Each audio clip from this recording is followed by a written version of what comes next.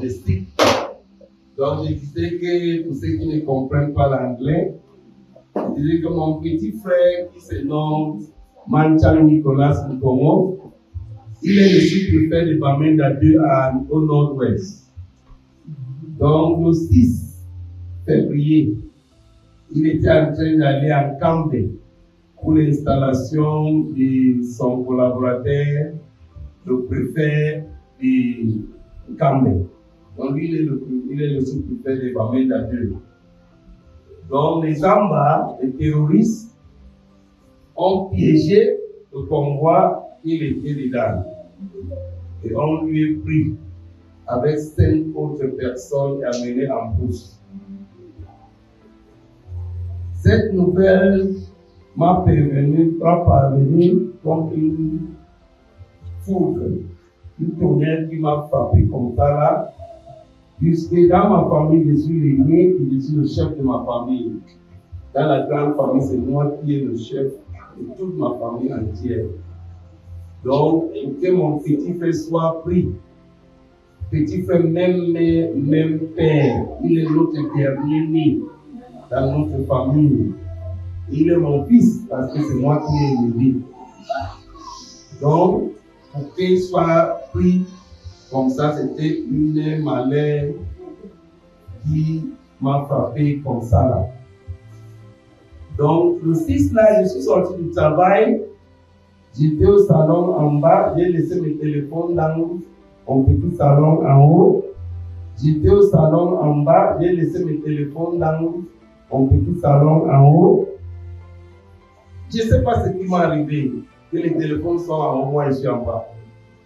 Je reste là, le sommeil me prend avant que je monte vers 19h30, 20h. Pour passer à mes téléphones. Je vois seulement pas. Ça ne fait pas 2 minutes. Les photos sont déjà dans les presses. Partout dans les presses. Je vais ouvrir ici. On a déjà envoyé les photos. Partout dans les presses. Sa photo est là avec tout le monde. Comme c'est lui le cible majeur. Puisque c'est lui qui était le sous-préfet qu'on a pris. Les 5 autres sont des collaborateurs. Donc c'était une grosse prise. Que les Zamba dans les télévisions qui aux États-Unis, ils ont fêté. Dans les télévisions qui aux États-Unis, ils ont fêté. Ils ont dit que celui-là va payer le pot cassé de tout le monde. Donc c'était quelque chose que sa mort était comme prévu. Tout le monde m'appelait, oh, il faut. Moi je les ai dit, puisque c'est là qui m'appelait, que ce problème n'est pas un problème que quelqu'un peut donner la vie ou un conseil. Ce n'est que Dieu qui peut résoudre ce genre de problème. Puisque personne parmi tous ceux qu'on arrête depuis qu'on arrête de sous-préfet, les délégués, personne n'est sorti vivant. On a toujours tué, on a payé les rançons et puis on a tué. Donc personne n'est sorti vivant.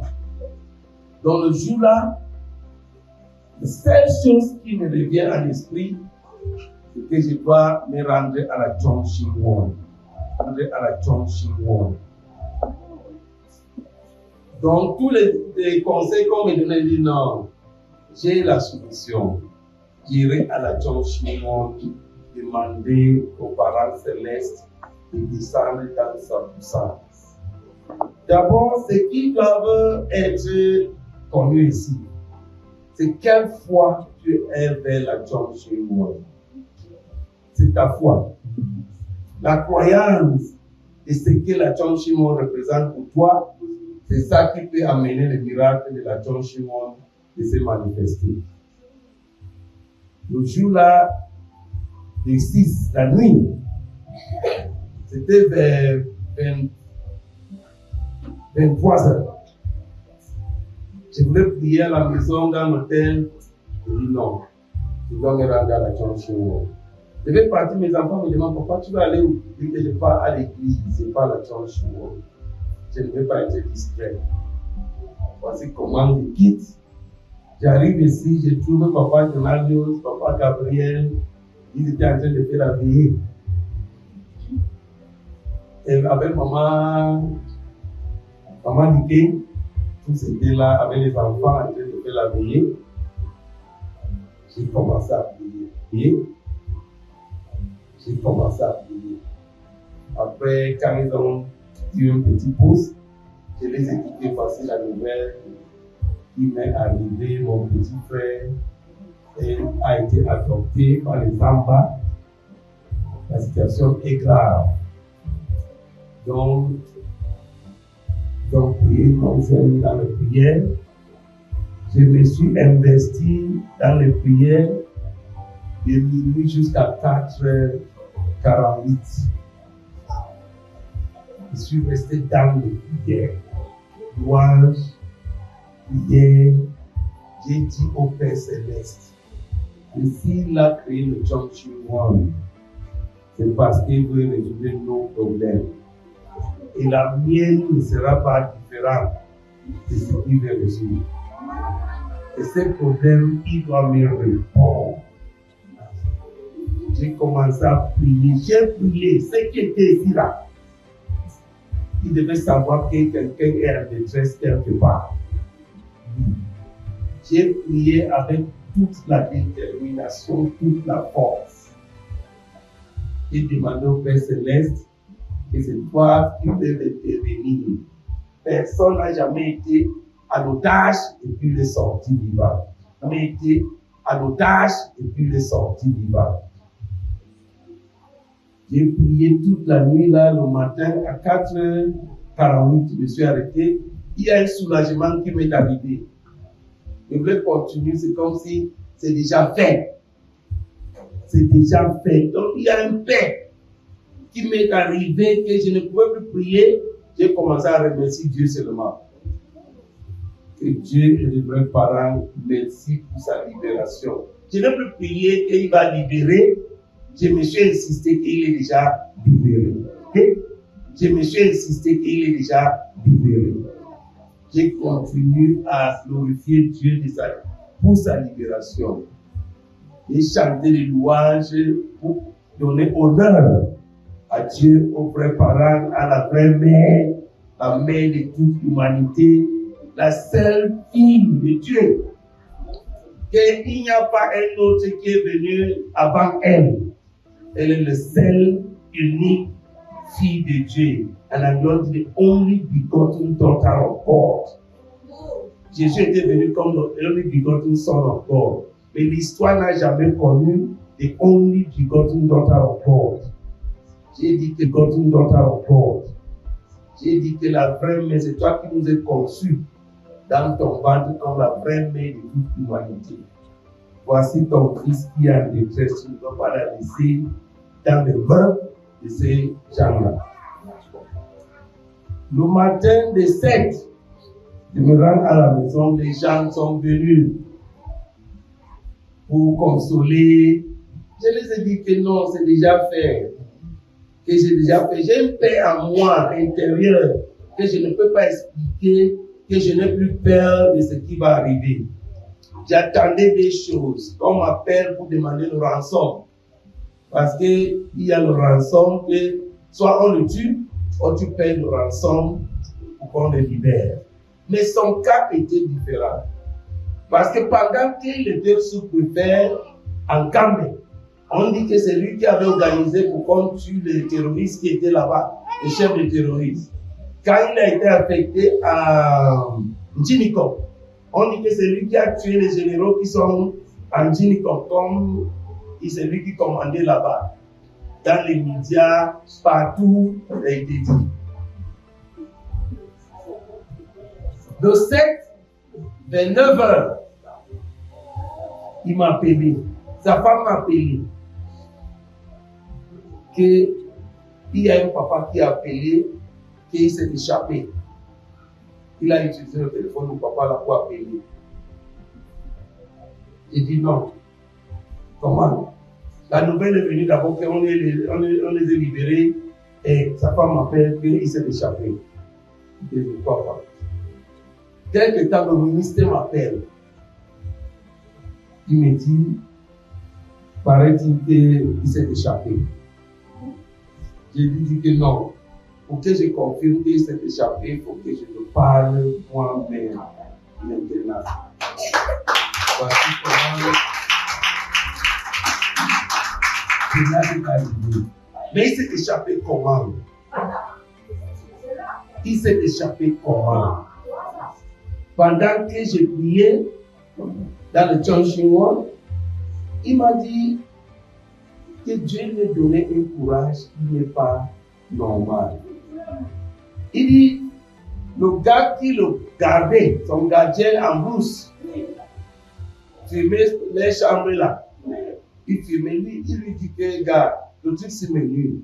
Éloigne-toi de moi un peu pour que je puisse me respirer. Je ne peux pas respirer avec ça. Le général là obéit à ses ordres. Il s'éloigne de lui. Comme il s'éloigne de lui, qu'est-ce qu'il fait? Il se déshabille. Il se met au sol. Il commence à ramper au sol. Comme il a fait une formation militaire, il commence à ramper au sol. Il rampe. Mais pour la gloire de l'éternel Dieu, le parent cosmique, il ne sait pas qu'il y a un ravin derrière lui. Dieu va lui jeter dans le ravin. Donc il est tombé dans le ravin sans savoir qu'il y a un ravin. Il tombe dans le ravin, il passe jusqu'à loin dans le ravin. Au moment qu'on constate sa disparition, on commence à aller chercher plutôt en haut. Là où c'est qu'il peut fuir pour aller, parce qu'il sait que personne ne peut se jeter dans le ravin. Je demande toujours que je vais devenir le Chongqing moi-même. Ça, c'est ma prière que je fais depuis. Parce que la Bible dit, fais de toi le temple pour que l'Esprit de l'Éternel habite en toi. Donc, pendant qu'il y a le Chongqing que je glorifie tellement, et ma prière est que je vais devenir le Chongqing moi-même. Donc, c'est cette détermination à moi qui pourra peut-être être ce qui a apporté cette solution qu'on est en train de glorifier notre frère parent, notre frère mère, d'avoir donné un Dieu comme ça. Je m'imagine s'il n'y avait pas le Chongqing, je devais prier chez moi devant mon hôtel et ça ne devait pas être la même chose que prier dans le Chongqing.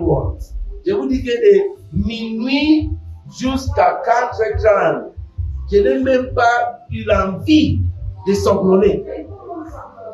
Je n'ai pas eu l'envie de somnoler. Et une autre chose, je me suis dit à Dieu, aux parents célestes, aux parents cosmiques, aux frères parents de l'humanité, je les ai dit que c'est vous qui avez dit qu'il faut libérer tous les ancêtres. J'ai libéré et béni tous mes ancêtres. Mais voici en détresse. Je vous demande de mobiliser tous ces ancêtres de 430 générations libérées et bénies pour qu'ils aillent chercher mon frère là où il se trouve. Je vous demande de le faire. Et je dis à mes ancêtres, allez me libérer votre fils. Allez le libérer et me l'amener. Une fois que j'ai fait cette déclaration devant les frères parents, j'ai trouvé la paix. Je suis rentré à la maison confiant que quelque chose, soit on va m'appeler que tu vas payer combien pour qu'on le libère. Mais l'hypothèse de la mort, qu'on va le tuer, était déjà écartée à moi. Donc je remercie Dieu, les frères parents et mes chers amis. Je vous remercie infiniment. Merci beaucoup. Donc il y a des photos de comment, au moment qu'il était dans les presses, il y a des photos dans mon téléphone, le moment qu'on lui a pris, le moment que le gouvernement a envoyé l'hélicoptère d'aller le chercher, comment on l'a embarqué dans l'hélicoptère, pendant qu'il était dans l'hélicoptère, jusqu'à le moment qu'il est arrivé, toutes ces photos, on me les a envoyées tous. Parce que c'était ça mon témoignage. Merci infiniment.